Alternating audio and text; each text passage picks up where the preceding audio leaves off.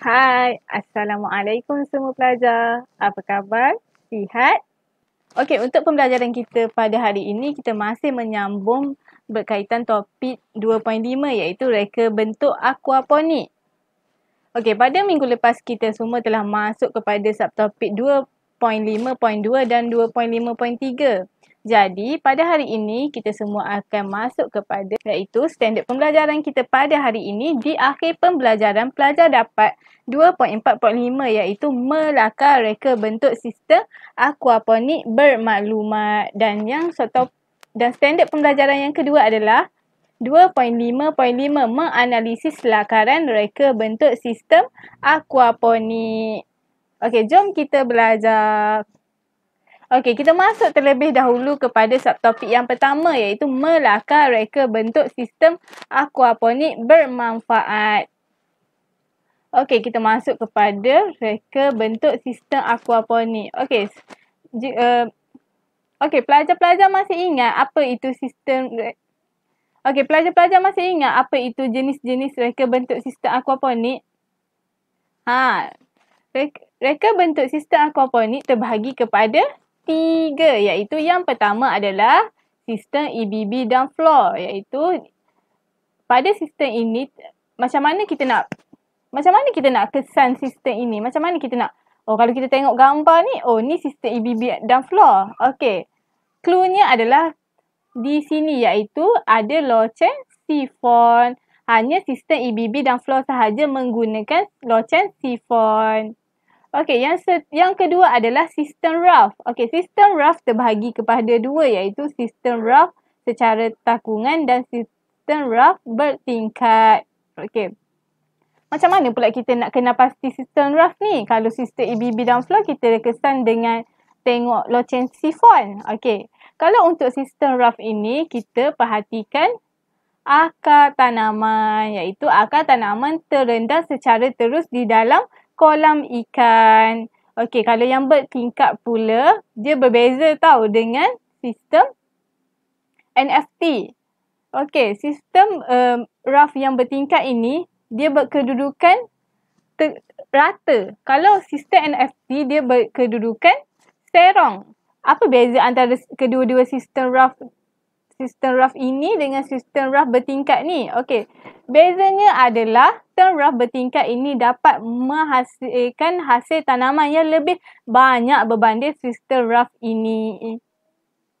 Okey, seterusnya kita masuk kepada reka bentuk sistem yang ketiga iaitu sistem NFT. Macam mana kita nak kesan sistem NFT ni? Okey, yang pertama adalah kedudukannya berkedudukan serong dan air yang digunakannya adalah sedikit kerana air yang dari kolam ini akan melalui akar tanaman dan terus kembali kepada kolam. Okey, kita masuk kepada yang kedua iaitu lakaran reka bentuk sistem aquaponik. Macam mana kita nak hasilkan lakaran reka bentuk sistem aquaponik ni? Okey, pelajar-pelajar kena ingat iaitu lakaran reka bentuk sistem aquaponik ini perlu merujuk kepada komponen utama yang menjadi asas pembinaan sistem. Okey, apa tu komponen utama? Pelajar-pelajar masih ingat ke apa yang kita belajar pada minggu lepas? Okey, kita telah sentuh topik komponen utama ini pada subtopik 2.5.3. Jadi, pelajar cepat ingat balik apa komponen utama untuk hasilkan reka bentuk aquaponik ni.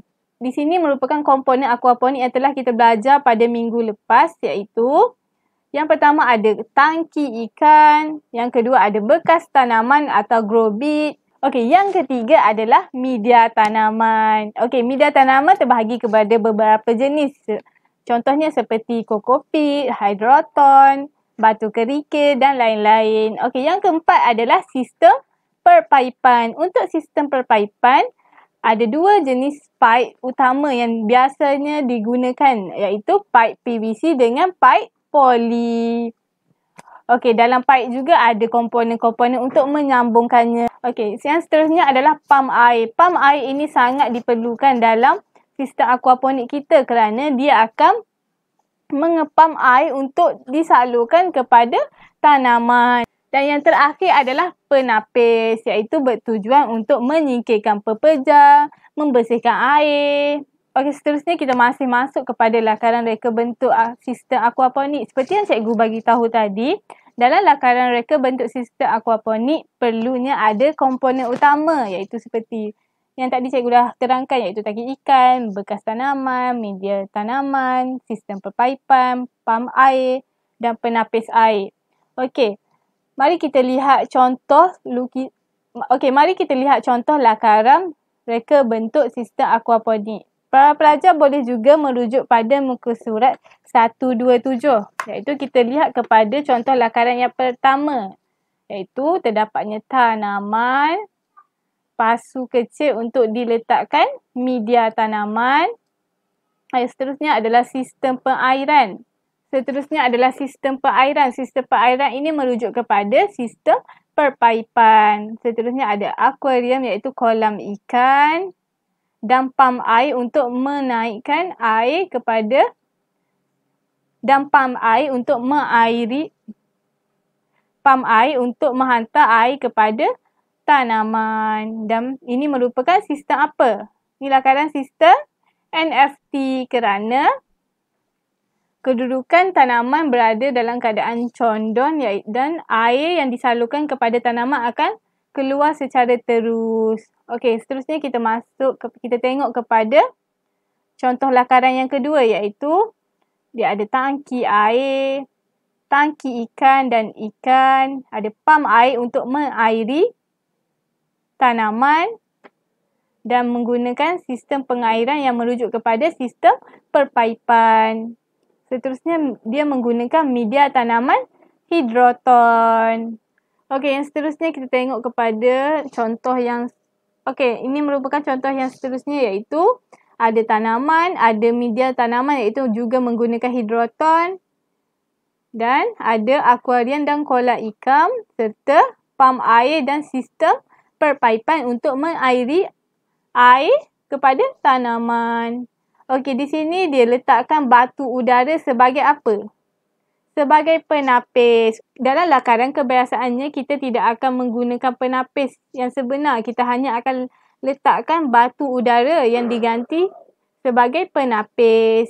Seterusnya kita tengok pada lakaran, iaitu ada tanaman, ada bekas tanaman guli. Apa tu bekas tanaman guli? Okey, bekas tanaman guli pelajar boleh lihat di sini, iaitu ada bekas yang berlubang-lubang seperti ini. Ini dipanggil bekas tanaman guli. Ada tangki ikan dan ada pam air untuk mengairi tanaman menggunakan sistem perpaipan. Okey, seterusnya kita masuk kepada membuat lakaran reka bentuk sistem aquaponik, iaitu lakaran perlu mengikut kreativiti dan inovasi pelajar.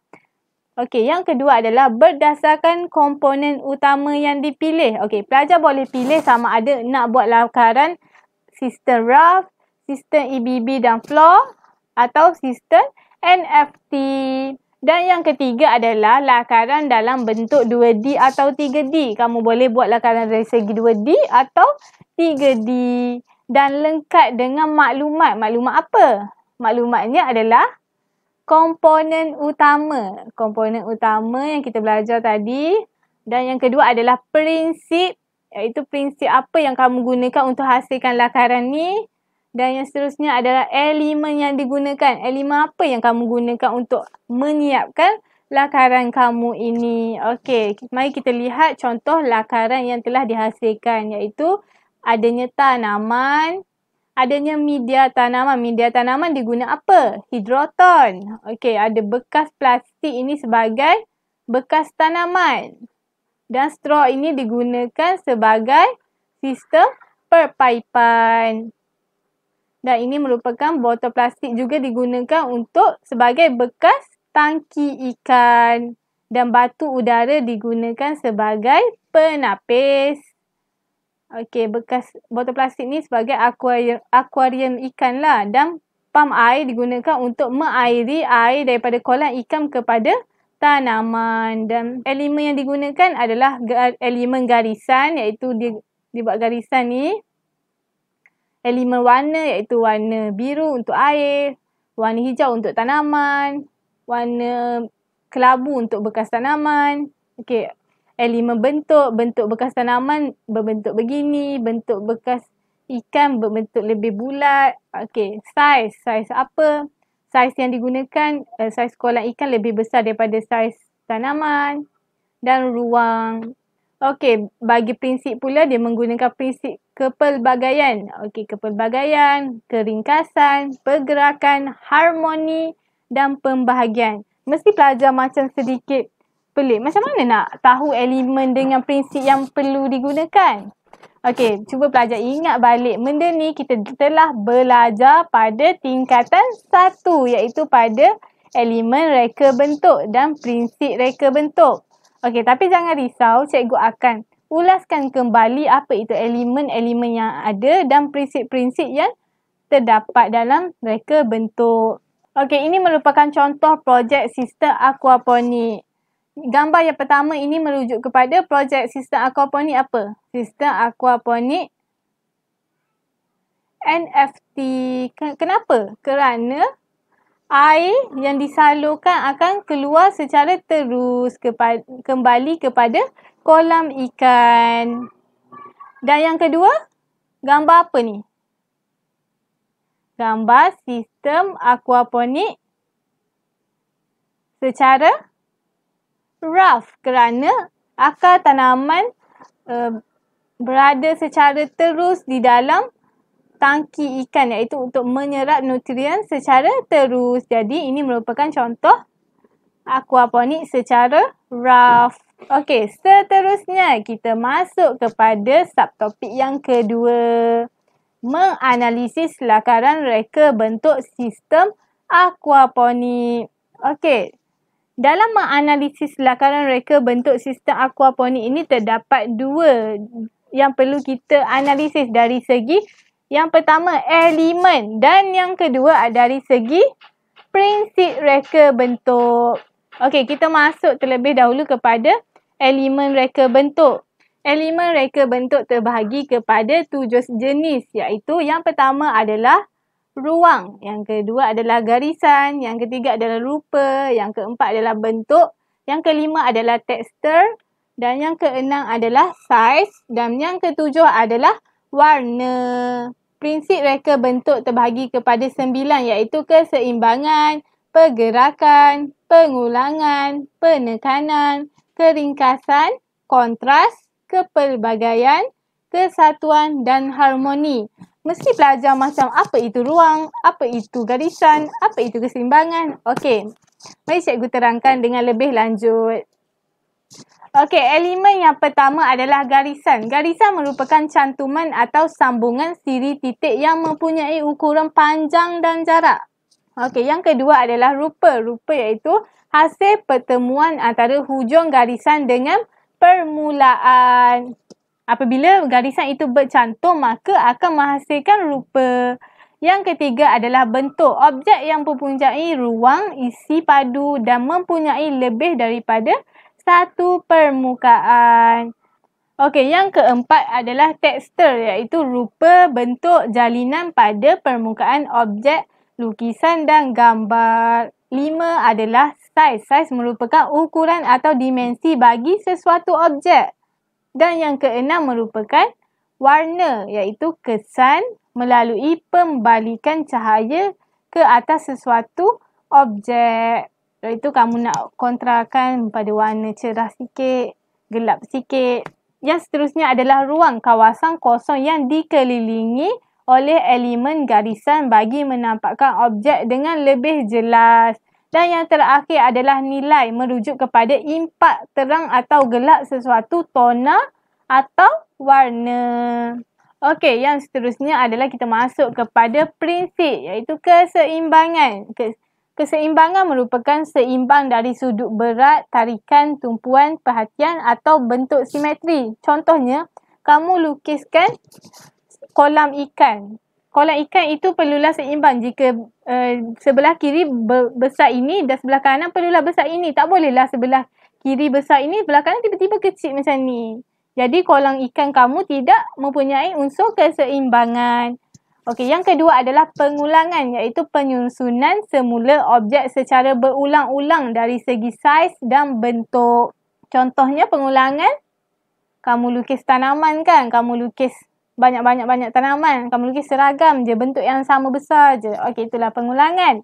Yang ketiga adalah kontras, perbezaan ketara ciri elemen yang digunakan. Seterusnya yang keempat, kepelbagaian aplikasi penggunaan pelbagai gaya, nilai, idea yang berbeza. Okey, yang seterusnya adalah kesatuan. Semua bahagian elemen bergabung untuk membentuk imej termak atau idea yang sempurna. Macam kita gabungkan elemen daripada elemen tanaman, elemen media tanaman, itu menunjukkan kesatuan. Okey, keringkasan, idea kompleks yang diolah semula dalam bentuk visual yang ringkas. Keringkasan ni di sini kamu nak hasilkan lakaran reka bentuk sistem aquaponik. Cikgu tak naklah kamu hasilkan lakaran yang betul-betul sebiji macam sistem aquaponik sebenar. Tapi dengan keringkasan yang kamu buat tu, cikgu masih boleh kenal pasti. Cikgu masih boleh faham apa yang kamu nak hasilkan tersebut. Okey, yang seterusnya harmoni. Melihat sesuatu yang dapat memberikan ketenangan dan kedamaian. Bila tengok lakaran kamu tu nampak macam tenang je. Tak nampak serabut. Okey, itu unsur harmoni. Seterusnya adalah pergerakan. Cadangan tindakan atau arah berdasarkan sudut pandangan mata pada hasil reka bentuk. Okey, contohnya pergerakan gelembung-gelembung air daripada ikan. Itu merupakan contoh pergerakan. Okey, yang seterusnya adalah penekanan. Tekanan yang diletakkan di kawasan tunggal sesuatu kerja atau menyatukan tema visual. Okey, contohnya di sini kamu lukis tanaman, media tanaman, ada kolam ikan. Itu untuk kamu menyatukan tema visual kita, iaitu tema kita sistem aquaponik. Yang terakhir adalah hubung kait antara dua elemen berdasarkan kadar banding yang betul dalam ukuran seperti saiz, nombor, jumlah atau tahap. Okey, para pelajar boleh merujuk pada muka surat 129 untuk membaca dengan lebih mendalam. Okey, tugasan pada minggu ini iaitu uji minda.